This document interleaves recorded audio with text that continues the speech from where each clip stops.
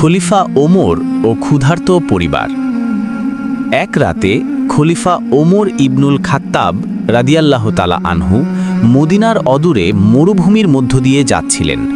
হঠাৎ তিনি দূরে একটি আগুনের আলো দেখতে পেলেন। তিনি তার সঙ্গী আসলামকে নিয়ে সেখানে গিয়ে দেখলেন এক মহিলা চুলার উপর একটি পাতিল বসিয়ে রেখেছেন এবং তার পাশে কয়েকটি ছোট বাচ্চা কান্না করছে। ওমর রাদিয়াল্লাহু তাআলা আনহু জিজ্ঞাসা করলেন, মা, এই বাচ্চারা কাঁদছে কেন? মহিলা উত্তর দিলেন, ক্ষুধার জ্বালায় কাঁদছে। পাতিলে কিছুই নেই, শুধু পাথর আর পানি দিয়ে নাড়ছি যাতে বাচ্চারা মনে করে খাবার রান্না হচ্ছে এবং একসময় তারা ঘুমিয়ে পড়ে। মহিলা খলিফাকে চিনতে পারেননি। তিনি ক্ষোভের সাথে বললেন, ওমর আমাদের খলিফা হয়েও আমাদের খবর রাখেন না, আল্লাহ এর বিচার করবেন। এই কথা শুনে ওমর রাদিয়াল্লাহু তাআলা আনহু অত্যন্ত ব্যথিত হলেন।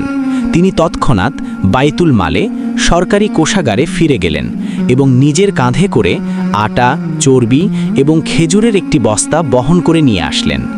তার সঙ্গী আসলাম সাহায্য করতে চাইলে তিনি বললেন, কিয়ামতের দিন কি তুমি আমার গুনাহের বোঝা বইবে?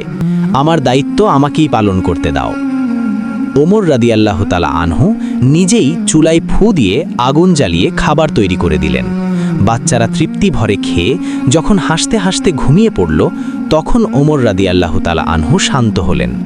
চলে যাওয়ার সময় তিনি মহিলাকে পরদিন খলিফার সাথে দেখা করতে বললেন। পরদিন যখন মহিলা খলিফার দরবারে গিয়ে দেখলেন যে গতরাতের সেই ব্যক্তি স্বয়ং খলিফা, তিনি ভয় পেয়ে গেলেন।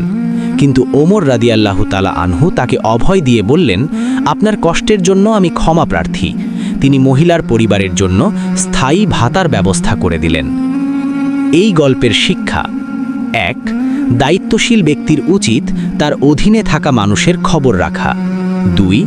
বিনয় ও পরোপকারী একজন প্রকৃত মুমিনের গুণ। ৩. আল্লাহ সবসময় অভাবীদের পাশে দাঁড়াতে এবং ন্যায় বিচার করতে নির্দেশ দিয়েছেন।